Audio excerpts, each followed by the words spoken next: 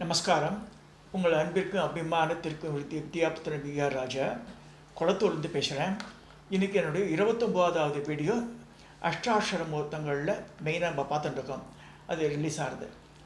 இப்போ முதல்ல பார்க்கக்கூடிய முகூர்த்தம் வித்தியாசமான முகூர்த்தம். இதை நானே கேள்விப்பட்டதில்லை, படிக்கிற வரைக்கும் எனக்கே தெரியாது. இது தோ எம் ஏஜ் 73 இயர்ஸ், நிறைய கோவிலுக்கு போய்லாம் பார்த்துருக்கேன்.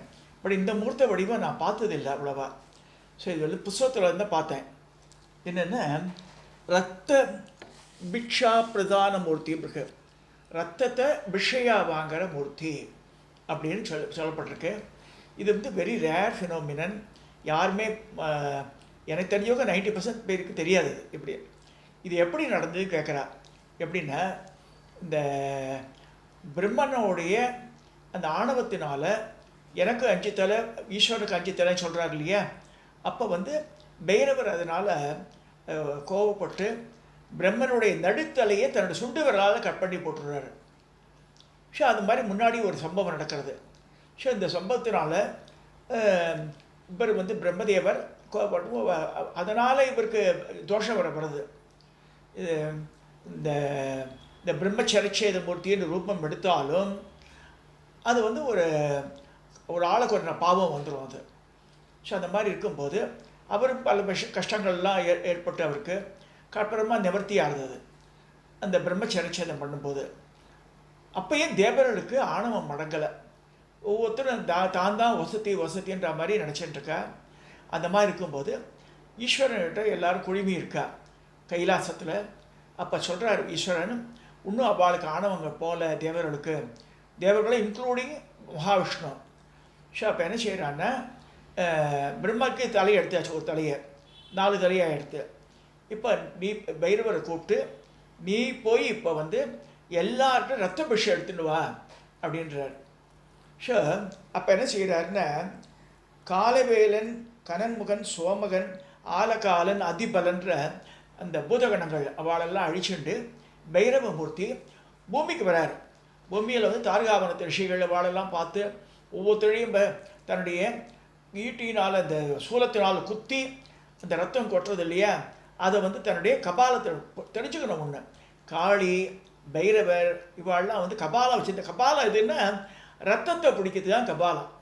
ரத்த கிண்ணம் சொல்லுவாள். சிவ குங்குமத்தை உடச்சி வைப்பாள், அது வேற.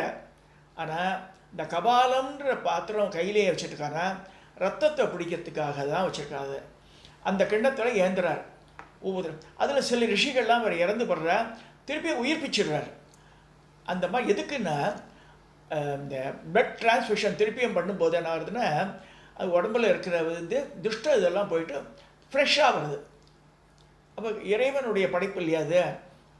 அந்த பழைய பிளட்டு போகும்போது அந்த ஆணவம் தன்மை குறைஞ்சு புது பிளட்டு வரும்போது நல்ல புத்தி வரும்னு சொல்லப்பட்டிருக்கு. அதுக்காக தான் அந்த பிக்ஷை பண்ண சொல்கிறார்.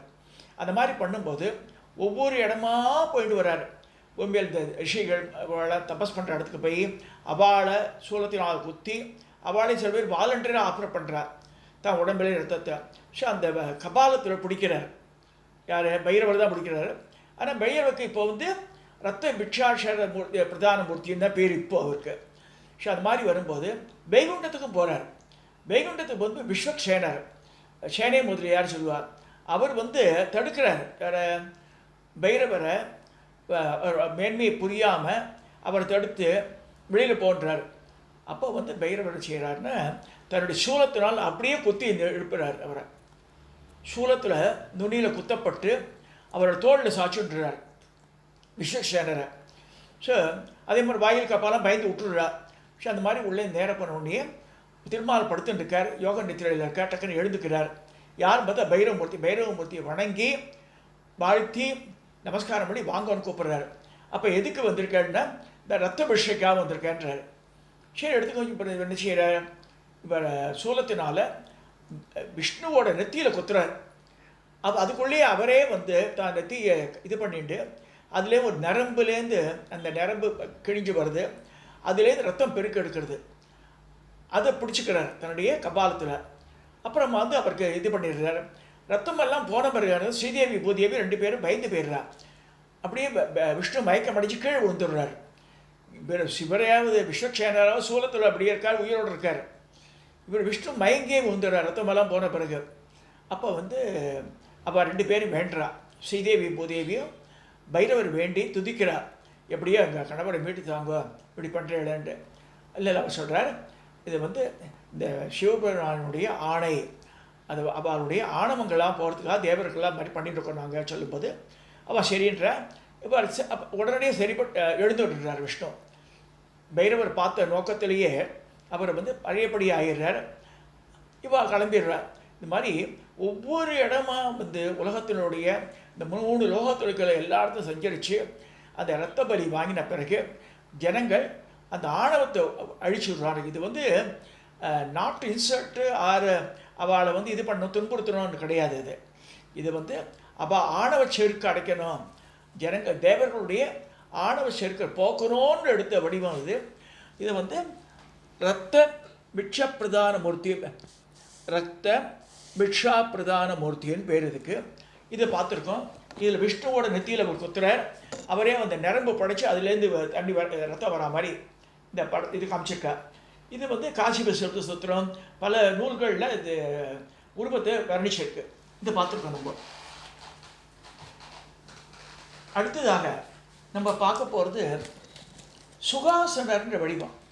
இந்த சுகாசனர்ன்ற வடிவம் என்னென்னா, இது வந்து 2-3 பெரிய டைப்ஸ் இருக்குது. இதில் ஈஸ்வரன் மட்டும் தனியாக இருக்கா மாதிரி இருக்கும், உமையோடு சேர்ந்து 2 பேரும். இது இந்த மாதிரி ஆசனம் இடது காலை மடித்து வச்சுட்டு வலக்காலை தொங்க விட்டுண்டு இந்த சைடில் வரம் கொடுக்குறார், அபயம் பண்ணுறார், இது வரம் கொடுக்குறார். மான் மடுவோட சந்தோஷத்தோடு உட்காந்துட்டுருக்கார் பரமேஸ்வரன். இது எப்போ ஏற்படுறதுன்னா, கைலாசத்தில் உமா மகேஸ்வரன் உட்காந்துட்டு இருக்கும்போது அப்போ உமா சொல்கிறார், பார்வதியான உமாதேவி ரெக்வஸ்ட் பண்ணுறார், எனக்கு வந்து இந்த ஆகமங்களை பொருள்லாம் நீங்கள் சொல்லணும். அது கேட்ட உடனே அவர் சந்தோஷமானது. என்ன, அவர்கிட்டேருந்தான் அந்த உடுக்கையிலேருந்தான் அந்த நாதத்துலேருந்தான் எல்லாமே வந்துன்னு சொல்லப்பட்டிருக்கு. ஸோ அது மனைவி இது மாதிரி கேட்குறாளையும் சொல்லிட்டு அவளை கோத்தி வச்சு ஆகமத்தின் பொருள் இதெல்லாம் சொல்கிறார். வேதத்தின் பொருள்லாம் உமைக்கு வந்து சொல்லித்தரார். அவள் செவிமெடுக்கிறாள் சந்தோஷத்தோடு. அந்த நேரம்தான் வந்து சுகாசன மூர்த்தியும் பேர். பக்கத்தில் அவள் உட்காந்துட்டுருக்கா, இடது பாகத்தில் பாம்மா பாகத்தில் உட்காந்துட்டுருக்கா. இந்த மூர்த்தம் வந்து ரொம்ப உயர்வாக சொல்லப்பட்டிருக்கு. பல நூல்களில் ஸ்ரீ தத்துவ நிதின்னு இருக்குது, காசிப தத்துவத்திரன் இருக்குது.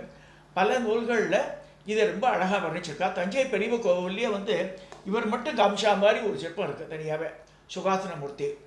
ஸோ சுகமாக இருக்கார், இந்த ஆசனத்தில் ரொம்ப ஹாப்பியாக இருக்கார்னு அர்த்தம் அது. ஸோ அதை பார்த்துருக்கோம். அடுத்த போது உமேஷர் இருக்குது. இந்த உமேஷர்ன்றது உமா மகேஸ்வரன் சேர்ந்து உமையனுடைய உற்பத்தி அப்போ தான் ஆறுது. எப்போ ஆறுதுன்னா, இவ வந்து இதில் வந்து முன்னுக்கு கவனிக்கணும், இவாள்லாம் தேவர்கள் எல்லாரும் சேர்ந்து அந்த விஷ்ணு, இவர் நான்முகன், இவாள்லாம் மிச்ச இந்திரன் இவாள்லாம் சேர்ந்து போய் கைலேங்கிரியில் இவர் சிவபெருமானை பார்க்கறதுக்கு போகிறார். அவளுடைய ஒவ்வொரு ப்ராப்ளத்தெல்லாம் சொல்கிறதுக்காக. அந்த நேரத்தில் இவர் வந்து ரொம்ப தபஸில் இருக்கார். அந்த மாதிரி இருக்கும்போது தனியாக இருக்கார், மனைவி இல்லை. அது வரைக்கும் உமா தோன்றலை. ஸோ உமா மகேஸ்வரது உமா இல்லாமல் இருக்கார். அப்போ டக்குன்னு நெற்றிக்கண்ணை பார்த்தோன்னே எல்லாரும் பஸ்மமாகிடுறார். விஷ்ணுவை இறந்து போடுறார், நான்முகம் இறந்து போய் எல்லாமே படைப்பு தொழிலே நின்று போயிடுறது. இது ஏன் நடக்குதுன்னு பார்த்தீங்கன்னா, அங்கே வரத்துக்கு முன்னாடியே பிரம்மதேவர் ஒரு சமயம் தன்னுடைய மனசுலேருந்து 4 குழந்தைகளை உண்டாக்குறார். சனகர், சனந்தனர், சனாதனர், சனத்குமாரர். அவள் எப்பயுமே 5 வயசு குழந்தையாக்குனா வரம் வாங்கி வந்திருக்கா போலவத்துக்கு. அவள் எதுக்கு படைக்கிறாருன்னா, தான் படைப்பு தொழிலில் பசங்கள்கிட்ட ரெஸ்பான்சிபிலிட்டி கொடுத்துட்டு இவர் ஓய்வு எடுக்கலான்னு ஆசைப்படுறாரு. ஆனால் அவள் பாருங்க, இறைவனுடைய சித்தமே இப்படி இருக்குது. அவள் என்ன செய்கிறா, 4 குழந்தையுமே வந்த உடனே நாங்கள் வைகுண்டத்துக்கு போகணுன்னு ஆரம்பிக்கிறாள். பிறந்த குழந்தை உடனடியாக தோன்றி 5 வயசு குழந்தையாகவே வரமாழ்ந்துட்டா. அவள் நேரம் வைகுண்டத்துக்கு போகிற இது மாதிரி முக்தி மார்க்கத்தை நோக்கி நான் போகிறேன்னு சொல்லும்போது பிரம்மதேவர் இஸ் அப்செட்டு. ஏன்னா இந்த நான் படைச்சதே வந்து படைப்பு தொழிலை மேம்படுத்துக்காக நான் பண்ணேன். அதை போய் விஷ்ணுவோட கம்ப்ளைண்ட் பண்ணேன். விஷ்ணு வந்து சேர்த்து எல்லாம் கைலேங்கிரியில் போய் ஈஸ்வரனை தரிசிக்க போகும்போது அவர்கிட்ட ப்ராப்ளம் சால்விங் டெக்னிக்காக கேட்குறாப்பா. ஆனால் அவர் வந்து தபஸில் இருந்ததுனால கண்ணை திறந்து பார்த்த உடனே எல்லாம் பஸ்மம் ஆகிடுறார். அந்த நேரத்தில் அவர் யோசனை பண்ணுறாரு, ஐயோ அப்படி ஆகிட்டு தன்னுடைய இடது பாகத்தை பார்க்குறாரு. சிவன் வந்து தன்னுடைய இடது தோளை பார்த்த உடனே அந்த தோளிலேருந்து ஒரு சக்தி வர, அவள் தான் உமை. இடது வாம பாகத்திலேருந்து அந்த சக்தி தோன்றினால உமா. அந்த உமாவை கூட சொல்கிறாரு, நான் இது வரைக்கும் தனியாக இருந்தேன், என் படைப்பை பற்றி நான் கவலையே படல, இப்போ பிரம்மதேவரெல்லாம் அழுகி போயிட்டேன், இப்போ என்ன அவளை எழுப்புங்கோன்றாவா. சரி, இவர் கருண் நோக்கால் இறந்த தேவர்கள் எல்லாரும் வந்து திருப்பி உயிரோடு வர. அப்போ சொல்கிறார், இனிமேல் கவலைப்பட வேண்டாம், என்னுடைய சக்தி வந்துட்டா, சக்தி வந்ததுனால என்னுடைய எண்ணங்களும் மாறிடுத்து அப்படின்னு சொல்லி நீ படைப்பு தொழில் நல்லா பண்ணலாம், இனிமேல் கவலையே இல்லைன்னு சொல்லி அவர் அருள் புரிகிறார். இது வந்து உமேஷர் பேர். உமா மகேஸ்வரர் ஷார்ட்டாகவே உமேஷ வடிவம் சொல்லிருக்கு. இது எங்கே இருக்குன்னா மல்லிகார்ஜுன சுவாமி ஸ்ரீசைலம், அது வந்து முதல் மருதூர், அது தஞ்சாவூரில் கும்பகோணம் பக்கத்தில் இருக்குது திரு இடை மருதூர். திருநெல்வேலி சைடில் இருக்கிறது திருப்புடை மருதூர் பேர். 3 இடத்துல மருதம் சில வருஷம். இந்த உமேஸ்வர் உருவம் இந்த 3 கோவிலையும் இருக்குது சொல்லப்படுறது.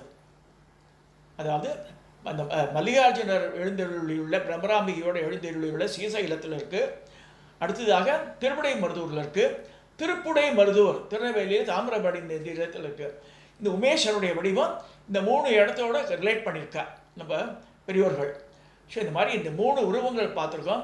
ரத்த பிக்ஷா பிரதான மூர்த்தியை பார்த்துருக்கோம். அடுத்து சுகாசனர் பார்த்துருக்கோம். அடுத்து உமேஷர் பார்த்துருக்கோம். இந்த 29வது வீடியோ இதோடு நிறைவு செய்கிறேன். தயவு செய்து நீங்கள் சப்ஸ்கிரைப் பண்ணுங்க, நிறைய பேர் ஷேர் பண்ணுங்க.